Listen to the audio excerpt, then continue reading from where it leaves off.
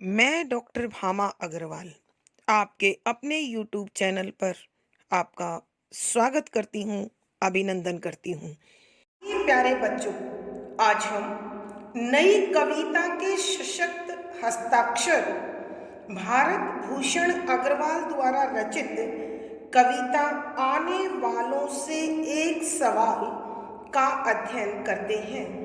यह कविता उनकी बेबाकी, सत्यप्रियता, ईमानदारी का एक सशक्त प्रमाण है। उन्होंने अपने आसपास और परिवेश में जो कुछ देखा, जैसा महसूस किया, उसे अत्यंत स्पष्टता के साथ, सरलता के साथ, सच्चाई के साथ इस कविता में प्रस्तुत किया है। यहाँ कवि अपनी 100 वर्ष बाद आने वाली पीढ़ी से प्रश्न करते हैं कि मेरी कविताएं और मेरा जीवन इस भावी पीढ़ी के फूलों के लिए खाद का कार्य करेगा, क्योंकि मैं अपने उदार, सकारात्मक, आशावादी और संवेदनशील भावों से भरी हुई रचनाओं को कलमबद्ध कर लिखकर इस भावी पीढ़ी के लिए संजो रहा हूँ। और मैं चाहता हूँ कि इन पर इन कविताओं का कैसा असर होगा या ये क्या सोचेंगे, उसके विषय में जानने को मेरा मन बेचैन है। यहाँ इस कविता में भारत भूषण जी विशेष तौर से हिंसा के प्रतीक हिटलर, अहिंसा और सत्य के प्रतीक महात्मा गांधी, सामरिक शक्ति यानी युद्ध संबंधी उपकरणों को एकत्रित करती दो शक्ति अमेरिका और विगत सोवियत संघ, जो शांति का बहाना बना रहे थे लेकिन युद्ध की सामग्री जुटा रहे थे। भारत पाक विभाजन तथा आधुनिक खोजकर्ताओं द्वारा, आविष्कारकों द्वारा जो हिंसक परमाणु बम, अणु बम, मिसाइल आदि का निर्माण किया जा रहा है, इन 5 उदाहरणों के माध्यम से कवि पूछना चाहते हैं कि ये जो भिन्न भिन्न परिस्थिति, भिन्न भिन्न प्रवृत्तियों और भिन्न भिन्न हालातों को जन्म देने वाले घटनाक्रम रहे हैं, ये इस भावी पीढ़ी को भविष्य में इतिहास में पढ़ने को मिलेंगे। तो इनको पढ़कर और मेरी कविताओं को पढ़कर इनकी मनस्थिति किस प्रकार की निर्मित होगी, भावी पीढ़ी उदार होगी, संवेदनशील होगी, भावुक होगी, आशावादी, सकारात्मक और मानवतावादी होगी, अथवा वह मशीनी युग से जुड़कर केवल स्वार्थ में लिप्त होकर स्वकेंद्रित होगी और सांप्रदायिकता तथा हिंसा को स्वीकार करने वाली होगी।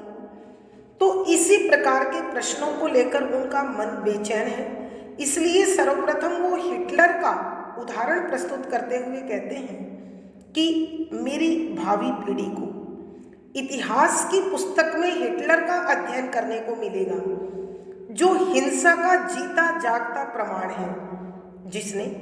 अपने देशवासियों को विश्व विजेता होने का सपना दिखाया और इसी मोह में बांधकर उसने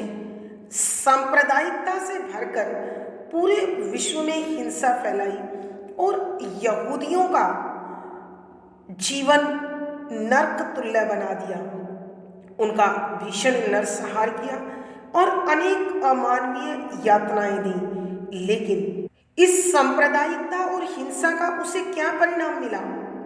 अंततः वह अपने ही डर के कारण कि संसार के लोग अथवा उसके अपने देश के लोग उसके इस मोह को भंग होने के बाद उसकी इज्जत करेंगे नहीं, या उसे सम्मान मिलेगा या नहीं, इस विषय को सोचकर वह इतना अधिक अपने ही सवालों के मक्कड़ जाल में उलझ गया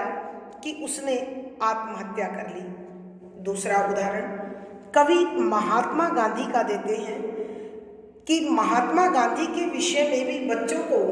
इतिहास की पुस्तकों में पढ़ने को मिलेगा कि महात्मा गांधी ने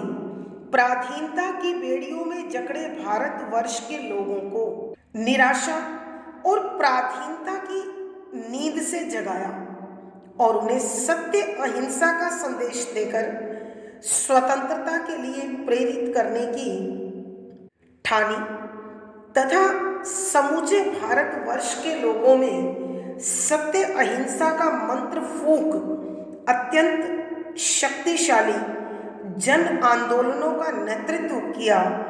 परिणाम स्वरूप जब ये सिद्धांत उनके बल पकड़ने लगे और अंग्रेजी प्रशासन की नींव हिलने लगी, तब अपने ही देश के किसी सिरफिरे नाथूराम गोडसे ने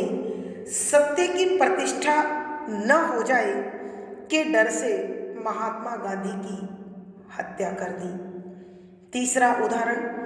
कविवर अमेरिका व विगत सोवियत संघ का देते हैं कि जो विश्व शांति का डंका बजाते रहे, लेकिन इस शांति की उद्घोषणा के पीछे, इस शांति की स्थापना की भावना के पीछे वास्तव में उनका स्वार्थ कार्य कर रहा था। वो दोनों ही शक्तियां इस संपूर्ण विश्व को अपने अधिकार में ले लेना चाहती थी। इसीलिए निरंतर युद्ध संबंधी सामग्रियों का एकीकरण और इजाद यानी खोज कर रही थी।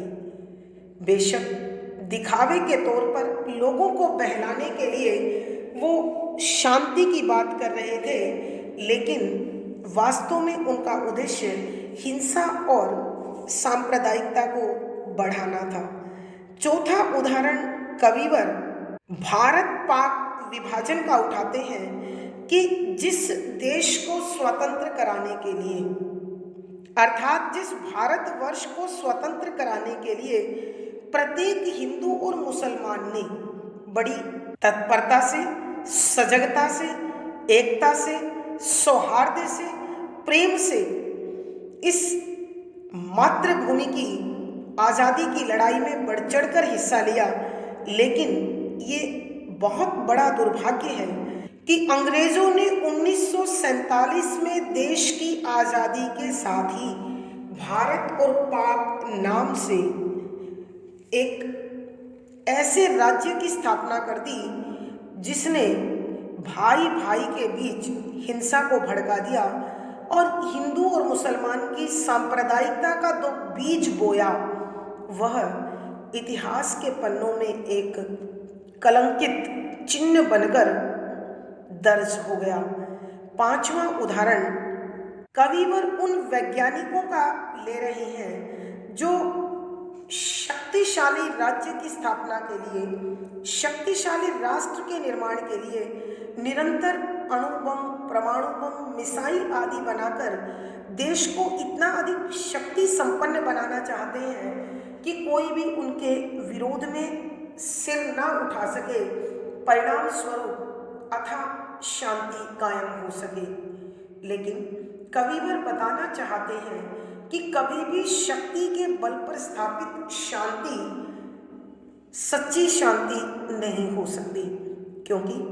वह शांति वास्तव में अपने अंदर अशांति को छिपाए हुए होती है। जहाँ अशांति है वहाँ विद्रोह और क्रांति के बीज निरंतर पनपने का अवसर ढूंढते रहते हैं। अतः कवि अपनी इस 100 वर्ष बाद की आने वाली पीढ़ी से प्रश्न करता है कि जब इस प्रकार की ऐतिहासिक घटनाओं को पढ़ने के बाद तुम्हें किसी प्राचीन काव्य संग्रह में मेरी रचनाएं पढ़ने को मिलेगी, तो तुम भावनात्मक स्तर पर मजबूत बनोगे अथवा इन हिंसात्मक और सांप्रदायिक शक्तियों के प्रति अपना आकर्षण दर्शाओगे। अर्थात कवि के कहने का भाव यह है, एक सच्चा मानव वही होता है जिसका हृदय पक्ष मजबूत होता है, जो आशावादी होता है और मानवता की सेवा में सकारात्मक कदमों के साथ आगे बढ़ता है। आइए बच्चों, ऐसे ही भावों से भरी कविता का अध्ययन अब हम आरंभ करते हैं। संख्या 1। तुम जो आज से पूरे 100 वर्ष बाद मेरी कविताएं पढ़ोगे, तुम मेरी धरती की नई पौध के फूल, तुम जिनके लिए मेरा तन मन खाद बनेगा, तुम जब मेरी इन रचनाओं को पढ़ोगे तो तुम्हें कैसा लगेगा, इसका मेरे मन में बड़ा कौतूहल है। प्रस्तुत पद हमारी हिंदी की पाठ्य पुस्तक आधुनिक हिंदी कविता में संकलित हिंदी साहित्य की प्रयोगवादी काव्य धारा के सशक्त हस्ताक्षर श्री भारत भूषण अग्रवाल द्वारा रचित कविता आने वालों से एक सवाल से लिया गया है। संदर्भ: इस कविता के माध्यम से कवि अपनी आने वाली पीढ़ी की मानसिक स्थिति का मूल्यांकन करना चाहते हैं। जैसा कि कवि अपने ईमानदार, सत्यप्रिय व्यक्तित्व के कारण अत्यधिक प्रसिद्ध रहे हैं और उनकी रचनाओं में ऐसे प्रमाण हमें बड़ी आसानी से देखने को मिल जाते हैं। अतः कवि चाहते हैं कि हमारा जो इतिहास विश्व की तथा हमारे देश की हिंसा व सांप्रदायिकता से जुड़ी हुई अनेक घटनाओं को नई पीढ़ी को पढ़ने के लिए परोसेगा। तो ऐसे में इस पीढ़ी पर ऐसी घटनाओं का अथवा ऐसी विचारधाराओं का क्या परिणाम होगा। अतः वो चाहते हैं कि मैं अपनी रचनाओं के माध्यम से आने वाली पीढ़ी को मानवतावादी भावों से भरी हुई तथा भावुक और संवेदनशील निर्मित करूं, ताकि मानव का और मानवता का कल्याण सहज रूप से हो जाए। इन्हीं भावों से भरकर वो लिखते हैं कि व्याख्या: शब्दों के अर्थ आवश्यकता के अनुसार तुम यानी आने वाली पीढ़ी, जो कि आज से वर्तमान समय से पूरे 100 वर्ष बाद, एक शताब्दी के बाद इस संसार को संभाले हुए होगी। मेरी कविताएं पढ़ोगे कि मेरी रचनाओं को पढ़ पाओगे, तुम वही आने वाली पीढ़ी मेरी कवि की धरती पृथ्वी अर्थात भारत की नई नई पौधे के फूल बनकर खिलोगे। अर्थात जिस प्रकार नए पौधों पर फूलों के नए रंग और नई महक होती है, उसी प्रकार मेरी आने वाली पीढ़ी भी नए जीवन मूल्यों से भरी हुई होगी। तुम जिनके लिए, जिन लोगों के लिए मेरा तन मन खाद बनेगा, कि मेरे मन के उदार भाव खाद के रूप में मेरी रचनाओं के माध्यम से प्राप्त करेंगे। तब तुम मेरी इन रचनाओं को पढ़ोगे कि मेरी कविताओं को पढ़ने का मौका तुम्हें उस समय मिलेगा, तो उन कविताओं को पढ़कर तुम्हें कैसा महसूस होगा, इसका मेरे मन में बड़ा कौतूहल है। कौतूहल माने जिज्ञासा, जानने की इच्छा, आश्चर्य, बेचैनी। यहाँ कवि भारत भूषण अग्रवाल 100 वर्ष बाद अस्तित्व में आने वाली भावी पीढ़ी को संबोधित करते हुए कहता है कि तुम जो आज से 100 वर्ष बाद मेरी कविताओं को पढ़ोगे, कि हे मेरे देश की भावी पीढ़ी, आज के 100 वर्ष बाद तुम्हें मेरी कविताओं को पढ़ने का जब मौका मिलेगा तो तुम्हें कैसा लगेगा। तुम मेरी धरती की नई पौध के फूल, कि तुम इस भारतवर्ष की या इस विश्व समुदाय की नई पौध पे उगने वाले फूलों की भांति होंगे। अर्थात जिस प्रकार नए फूलों में अत्यंत आकर्षक रंग और उनकी महक बरबस ही अपनी ओर सबको आकर्षित कर लेती है, उसी प्रकार तुम भी महान व्यक्तित्व और गुणों से भरे हुए होंगे जो सहजता से पूरे विश्व को अपनी ओर आकर्षित कर लेंगे। और तुम्हारे इन नवीन मूल्यों के निर्माण में, तुम्हारे इस महान व्यक्तित्व के निर्माण में, तुम जिनके लिए मेरा तन मन खाद बनेगा, कि मेरा मन अपने उदार भावों के माध्यम से जो कविताओं की रचना करेगा, वह कविता तुम्हारे इस व्यक्तित्व के निखार में खाद का कार्य करेगी। अर्थात इन कविताओं से संस्कारों को प्राप्त कर, सकारात्मक भावों को प्राप्त कर, आशावाद को प्राप्त कर, मानवतावाद को प्राप्त कर, तुम मानवता की सेवा का एक नया प्रमाण, एक नया साक्ष्य बनकर उभरोगे, एक नया आदर्श बनकर उभरोगे। तुम जब मेरी इन रचनाओं को पढ़ोगे तो तुम्हें कैसा लगेगा कि तुम मेरी इस प्रकार के भावों से भरी कविताओं का जब अध्ययन करोगे तो तुम्हें कैसा लगेगा।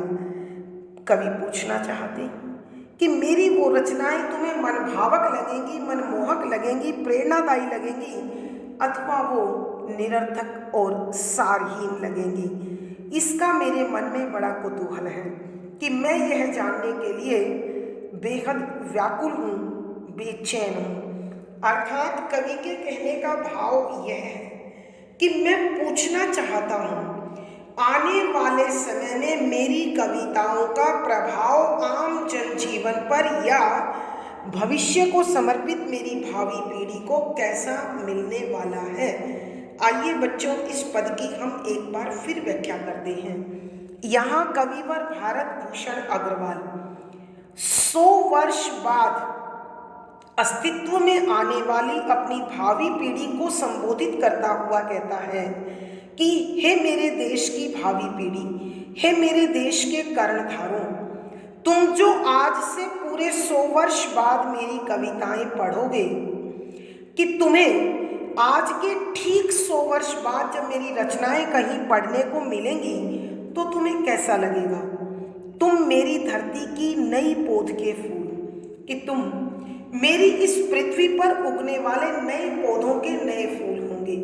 अर्थात जिस प्रकार फूलों की महक और उनके रंग सबको अपने अंदर सहजता से बांध लेते हैं, उसी प्रकार तुम भी ऐसे फूल होंगे जिनका महान व्यक्तित्व रूपी रंग होगा और अत्यंत गौरवमयी मानवतावादी सिद्धांतों की महक होगी। तो तुम बरबस ही पूरे विश्व का आदर्श बन जाओगे, सबके आकर्षण का केंद्र बन जाओगे। और तुम्हें इन गुणों में विकसित करने के लिए या तुम्हें इन गुणों से भरने के लिए, तुम जिनके लिए मेरा तन मन खाद बनेगा, कि मेरे मन के उदार भावों से भरी ये कविताएं जो मैं लिख रहा हूँ वो खाद का कार्य करेगी। अर्थात तुम्हारे इन नवीन संस्कारों, इन मानवतावादी भावों के निर्माण में मेरी कविता खाद के रूप में कार्यरत होगी। अर्थात तुम्हें आरंभ से ही इस प्रकार के भाव और विचार दिए जाएंगे, सींचे जाएंगे कि तुम मानवता के सच्चे सेवक बन पाओ। तुम जब मेरी इन रचनाओं को पढ़ोगे तो तुम्हें कैसा लगेगा, इसका मेरे मन में बड़ा कुतूहल है कि जब तुम इन रचनाओं के विषय में, इन कविताओं को पढ़ोगे तो तुम्हें कैसा महसूस होगा, तुम कैसा सीख पाओगे, समझ पाओगे। इसका मेरे मन में बड़ा कौतूहल है कि मैं उस भविष्य के नए फूलों के मन पर मेरी रचनाओं का कैसा असर होने वाला है,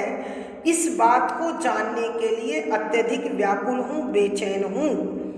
अर्थात कवि के कहने का भाव यह है कि इतिहास हिंसा और सांप्रदायिकता की घटनाओं को पढ़ाएगा,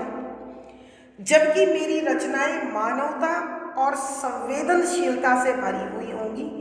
तो आने वाली पीढ़ी इतिहास की उन दुखद घटनाओं से अधिक प्रभावित होंगी अथवा मेरी रचनाओं को पढ़कर मानवता, भावुकता, संवेदनशीलता और उदारता को ग्रहण करेंगी। भावार्थ: कवि के कहने का भाव यह है कि पाठक की प्रतिक्रिया ही किसी रचनाकार के रचना धर्म का प्रमाण होती है। अतः जब कोई रचनाकार अपनी रचना के सशक्त भावों को भावी पीढ़ी को उसी रूप में सौंप पाए तो उसकी रचना सक्षम, सबल और समर्थ हो जाती है। विशेष यहाँ 100 वर्ष बाद आने वाली पीढ़ी की कविताओं के प्रति कैसी प्रतिक्रिया होगी उसका प्रश्न प्रस्तुत किया गया है। सरल सहज साहित्यिक खड़ी बोली का प्रयोग है, शांत रस प्रसाद गुण है, मुक्तक छंद के शैली और संगीतात्मकता बनी हुई है। यहाँ संबोधन, अनुप्रास, रूपक, स्वर मैत्री, प्रश्न, स्वाभावोक्ति आदि अलंकारों का सुंदर सटीक प्रयोग हुआ है। पद संख्या 2। बचपन में तुम्हें हिटलर और गांधी की कहानियां सुनाई जाएंगी। उस एक व्यक्ति की जिसने अपने देशवासियों को मोह की नींद सुलाकर सारे संसार में आग लगा दी और जब लपटें उसके पास पहुंची तो जिसने डरकर आत्महत्या कर ली ताकि उनका मोह न टूटे। प्रसंग पूर्ववत। संदर्भ: यहाँ कविवर 100 वर्ष बाद अपनी आने वाली पीढ़ी पर उसकी कविताओं का क्या असर होगा, इस बात को जानने के लिए अत्यधिक जिज्ञासु है, अत्यधिक सचेत है। यहाँ कवि कहते हैं कि आने वाले कल में बच्चों को इतिहास में हिटलर की रचनाएं पढ़ने को मिलेंगी तथा कवि की कविताएं भी पढ़ने को मिलेंगी। तो इस भावी पीढ़ी पर हिटलर की रचनाओं का या हिटलर की क्रियाओं का बड़ा असर होगा अथवा कवि की कविताओं का। तो इसी प्रकार का प्रश्न करते हुए कविवर लिखते हैं कि व्याख्या: शब्दों के अर्थ साथ साथ बचपन यानी बालपन में, बचपन की ही किताबों में तुम्हें बच्चों को हिटलर और गांधी, महात्मा गांधी की कहानियां सुनने को, पढ़ने को मिलेंगी। उस एक व्यक्ति की, एक वो व्यक्ति है जिसने अपने देशवासियों को मोह की नींद सुलाकर कि जिसने अपने देश के नागरिकों को विश्व विजेता होने का सपना दिखाया, संपूर्ण विश्व में हिंसा की आग भड़का दी और यहूदियों पर भीषण नरसंहार किया अथवा उन्हें अमानवीय यातनाएं दी। और जब लपटें उसके पास पहुंची, लपटें यानी इस हिंसा की, इस अमानवीयता की, इस पाशविकता की लपटें उसके पास पहुंची, जिसने डरकर आत्महत्या कर ली कि कहीं ये हिंसा और यह सांप्रदायिकता मुझे ना ले डूबे। अतः वो स्वयं आत्महत्या कर गया कि कहीं संसार के लोगों का, मेरे देशवासियों का मोह भंग हो कि विश्व विजेता बनना इतना सरल नहीं है। जो हिंसा और सांप्रदायिकता के बल पर कभी भी नहीं बना जा सकता, तो कहीं वो मुझसे ही घृणा ना करनी पड़ी। यहाँ कविवर भारत भूषण अग्रवाल जी अपने आने वाली पीढ़ी से 100 वर्ष बाद जो रचनाएं पढ़कर उनकी प्रतिक्रिया होगी उसे जानने के लिए बड़े बेताब हैं, बेचैन हैं, व्याकुल हैं, जिज्ञासु हैं। अतः वो बता रहे हैं कि बचपन में तुम्हें हिटलर और गांधी की कहानियां सुनाई जाएंगी कि हे मेरी भावी पीढ़ी, तुम्हें बालपन में ही इतिहास के माध्यम से हिटलर और गांधी, महात्मा गांधी के विषय में पढ़ने को मिलेगा। उनसे जुड़ी अनेक प्रकार की कहानियां सुनाई जाएंगी। एक हिंसा का, सांप्रदायिकता का जीता जागता प्रमाण है, तो दूसरा अहिंसा, सत्य, विश्व शांति का सशक्त हस्ताक्षर है उस एक व्यक्ति की जिसने अपने देशवासियों को मोह की नींद सुलाकर सारे संसार में आग लगा दी, कि एक वो हिटलर है जिसने अपने देशवासियों को विश्व विजेता बनने का स्वप्न दिखाया। इस मोह में उन्हें इस प्रकार बांध लिया कि उसने सारे विश्व में सांप्रदायिकता का बीज बोकर भयंकर मारकाट मचाई, भयंकर हिंसा फैलाई। और जब लपटें उसके पास पहुंची कि जब उसे स्वयं इस सांप्रदायिकता और हिंसा के कारण दुख पहुंचने लगा, पीड़ा पहुंचने लगी, तो उसने इस डर से आत्महत्या कर ली कि कहीं मेरे ही देशवासी मुझसे घृणा न करने लगे, क्योंकि वह जान गया था कि विश्व को हिंसा और संप्रदाय के बल पर जीता नहीं जा सकता। उसके लिए त्याग चाहिए, प्रेम चाहिए, अपनापन चाहिए, सेवा चाहिए, विश्व बंधुता चाहिए, मानवता चाहिए, जो उसकी नीति में शामिल नहीं थी। आइए बच्चों, हम एक बार फिर इस पद की व्याख्या करते हैं। यहाँ कविवर भारत भूषण अग्रवाल जी 100 वर्ष बाद आने वाली भावी पीढ़ी से उनकी मनस्थिति के विषय में जानने के लिए बेचैन हैं। इसलिए पूछते हैं कि हे मेरी प्यारी भावी पीढ़ी, जब तुम बचपन में पढ़ना आरंभ करोगे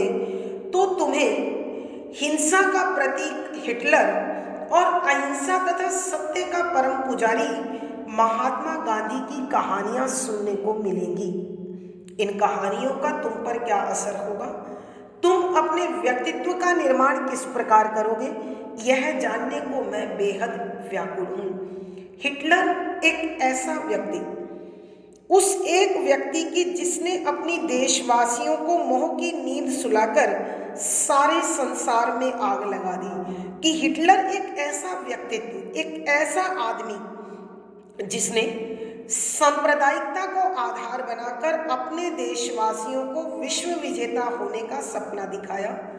और इसी सपने की आड़ में, इसी मोह की नींद में उन्हें सुलाकर, अर्थात इस बंधन में बांधकर उसने समूचे विश्व में हिंसा की आग भड़काई, अर्थात भयंकर मारकाट मचाई, यहूदियों के जीवन को नर्क तुल्य बना दिया, अमानवीय यातनाएं दी और उनका नरसंहार किया। और जब लपटें उसके पास पहुंची कि जब स्वयं सांप्रदायिकता और हिंसा की यह आग उस तक पहुंचने लगी, तो वो इतना अधिक तड़फ उठा, इतना अधिक बेचैन हो गया कि उसे अपना जीवन मुश्किल और मृत्यु आसान लगने लगी। तो जिसने डर कर आत्महत्या कर ली, इसलिए उसके मन में ये डर समा गया ताकि उनका मोह न टूटे, कि उसके देशवासियों का विश्व विजेता बनने का मोह यदि टूट गया तो वह उससे घृणा करेंगे, उससे नफरत करेंगे, और इस घृणा और नफरत को वो अपने लिए सहन नहीं कर पाएगा। अर्थात कवि के कहने का भाव यह है कि जो लोगों को घृणा से भरकर सांप्रदायिकता में डुबोकर उनसे हिंसा करवा रहा था,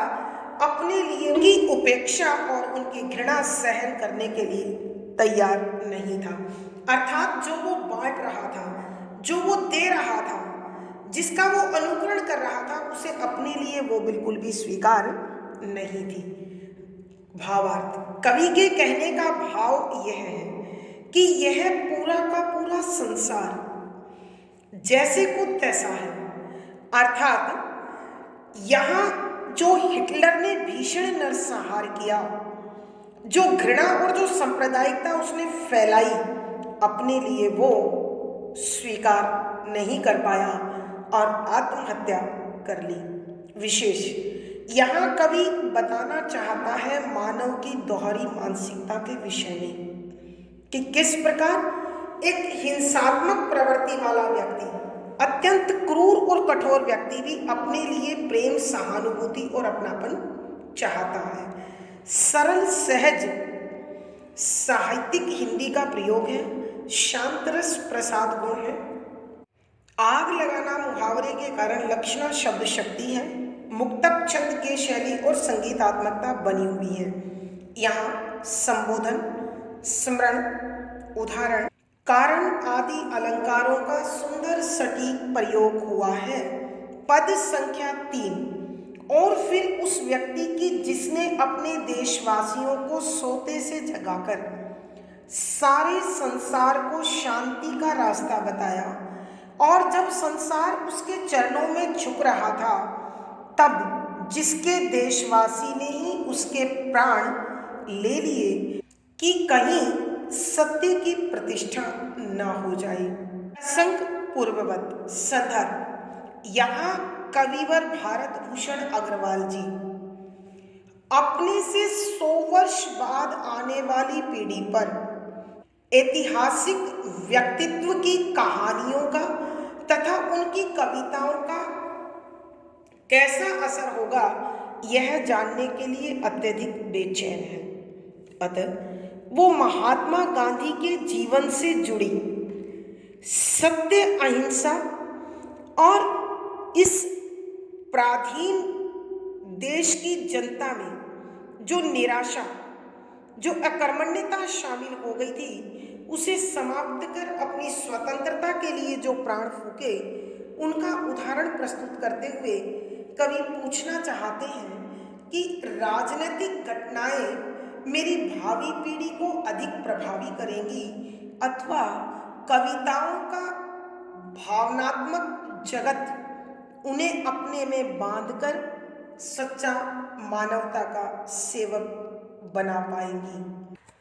ऐसा ही प्रश्न करते हुए कविवर लिखते हैं कि और फिर उस व्यक्ति की जिसने अपने देशवासियों को सोते से जगाकर सारे संसार को शांति का रास्ता बताया कि हे मेरी आने वाली पीढ़ी, हे मेरे 100 वर्ष बाद इस संसार को संभालने वाली भावी पीढ़ी, मेरे प्रिय पाठकों बताओ, एक तरफ तुम्हें मेरी कविताएं पढ़ने को मिलेंगी, कहीं तुम्हें हिंसा के प्रतीक हिटलर की रचनाएं पढ़ने को मिलेंगी, उनकी कहानियां पढ़ने को मिलेंगी, और एक ऐसे महान व्यक्तित्व की कहानी पढ़ने को मिलेगी जिसने अपने देशवासियों को सोते से जगाकर, कि जिस महात्मा गांधी ने अपने देश के लोगों को जो पराधीनता की बेड़ियों में जकड़े रहने के कारण हिम्मत हार चुके थे और अपने लिए हमेशा के लिए पराधीनता को स्वीकार कर चुके थे, तो उन लोगों में सत्य और अहिंसा के प्रति आस्था जगाई, उसके विश्वास को समझाया और फिर स्वतंत्रता के लिए तत्पर किया तथा अनेक शक्तिशाली आंदोलनों का नेतृत्व किया। सारे संसार को शांति का रास्ता बताया कि ऐसे महान व्यक्तित्व ने विश्व शांति का पाठ पढ़ाया कि हिंसात्मक गतिविधियों से संसार को दूर कर दिया, और जब संसार उसके चरणों पर झुक रहा, कि जब संसार ने उनके सत्य अहिंसा के शक्तिशाली मंत्र की शक्ति को समझा, उसे पहचाना और उसे पहचान कर इन सिद्धांत के प्रणेता, इस सिद्धांत को देने वाले महात्मा गांधी के सामने श्रद्धा से झुक गए, नतमस्तक हो गए, तब जिसके देशवासी ने ही उसके प्राण ले लिए, कि जिस देश से वो जुड़ा था, अर्थात भारत के ही एक सिरफिरे नागरिक ने केवल इसलिए उनके प्राण छीन लिए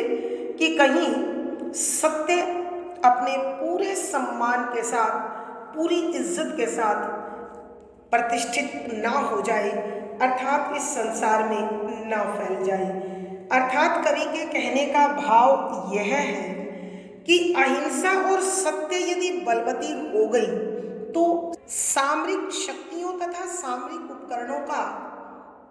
जो दिनों दिन वर्चस्व बढ़ रहा है वो नष्ट हो जाएगा। आइए बच्चों, हम एक बार फिर इस पद की व्याख्या करते हैं। यहाँ कविवर भारत भूषण अग्रवाल जी 100 वर्ष बाद अपनी आने वाली पीढ़ी से प्रश्न करते हुए पूछते हैं कि हे मेरे प्यारे पाठकों, तुम्हें 100 वर्ष बाद जब मेरी कविताएं पढ़ने को मिलेंगी, कहीं इतिहास के पन्नों में दर्ज हिंसा और सांप्रदायिकता का जीता जागता प्रमाण हिटलर के विषय में पढ़ने को मिलेगा, और साथ ही तुम्हें सत्य और अहिंसा के बल पर विश्व शांति के पुजारी